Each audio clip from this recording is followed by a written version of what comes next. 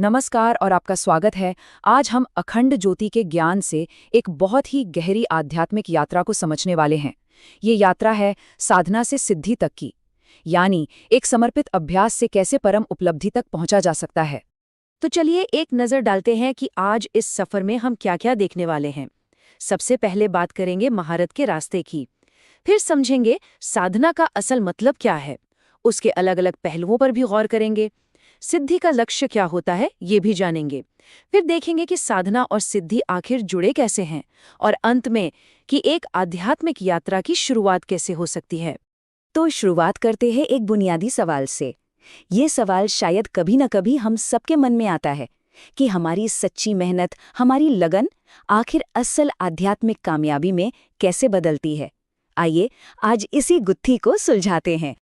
देखिए, ये पूरी चर्चा दो बहुत शक्तिशाली शब्दों पर टिकी है, साधना और सिद्धि। इन दोनों का जो गहरा रिश्ता है ना, वही वो नींव है जो किसी भी इंसान के जीवन में एक बड़ा बदलाव ला सकती है। तो सवाल उठता है कि इस सफर का पहला कदम क्या है।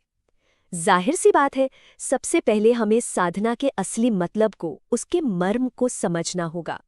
एक बात यहाँ पे गांठ बांधने वाली है। साधना सिर्फ कोई काम या कोई रस्म नहीं है। ये तो एक अनुशासित, पूरी तरह से समर्पित और अहंकार रहित आध्यात्मिक कोशिश है जो एक खास लक्ष्य को पाने के लिए की जाती है। युग ऋषि पंडित श्रीराम शर्मा आचार्य जी के दर्शन से प्रेरित ये बात कितनी खूबसूरती से सब कुछ समझा देती है कि हजारों मील का सफर भी एक डिसिप्लिन्ड, एक अनुशासित कदम से ही तो शुरू होता है। दोस्तों, साधना का असली सार यही है। अच्छा, अब जब हम ये समझ गए हैं कि साधना है क्या, तो चलिए इसके अलग अलग आयामों को भी देखते हैं कि ये किन किन रूपों में हमारे सामने आ सकती है। जैसा कि हम यहाँ देख सकते हैं, एक मजबूत आध्यात्मिक साधना के कई पहलू होते हैं। इसमें उपासना और साधना का तालमेल है, मतलब पूजा और प्रैक्टिस का साथ चलना जरूरी है। तप की शक्ति है, यानी खुद पर नियंत्रण। शौर्य साधना है, यानी मुश्किलों से न घबराने का साहस। और साथ ही वो प्रयोग हैं जो समय की कसौटी पर खरे उतर चुके हैं। चलिए अब जरा रास्ते से हटकर मंजिल की बात करते हैं, यानी उस अवस्था की जिसे सिद्धि कहते हैं। और यहीं पर आकर ना बात बहुत दिलचस्प हो जाती है। देखिए, सिद्धि का मतलब कोई चमत्कार या कोई अलौकिक शक्ति पाना बिल्कुल नहीं है।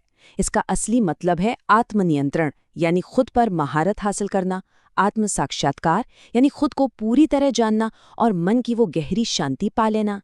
तो अब इन दोनों को एक साथ रखकर देखते हैं। ये साधना और सिद्धि आखिर एक दूसरे से इस कदर जुड़े हुए कैसे हैं। ये जो तुलना है ना, ये बहुत कमाल की है। देखिए, बात को ऐसे समझिए, सिद्धि कोई ऐसी चीज नहीं है जिसके पीछे भागना पड़े। ये तो कह सकते हैं उस साधना रूपी पेड़ का फल है जिसकी जड़ें बहुत गहरी हैं, बहुत मजबूत हैं। मतलब साधना अगर कारण है तो सिद्धि उसका एकदम स्वाभाविक परिणाम है। तो आखिर में इन सब बातों का निचोड़ क्या है? इस पूरे ज्ञान को हम अपने जीवन में कैसे उतार सकते हैं? असल बात ये है कि साधना से सिद्धि तक का सफर कोई अलग अलग पड़ाव नहीं, बल्कि खुद को बदलने और जानने की एक ही प्रक्रिया है। अनुशासित अभ्यास ही रास्ता है और आत्मनियंत्रण वो मंजिल है जो उसी रास्ते पर चलने से मिलती है। तो जाते जाते एक सवाल हम सबके लिए है, सोचने के लिए। ऐसी कौन सी एक छोटी सी पर लगातार की जाने वाली साधना हो सकती है जिसे आज से ही शुरू किया जा सके, मन की शांति यानी सिद्धि की ओर पहला कदम बढ़ाने के लिए? इस पर विचार जरूर कीजिएगा। हमारे साथ इस यात्रा में शामिल होने के लिए आपका बहुत बहुत धन्यवाद।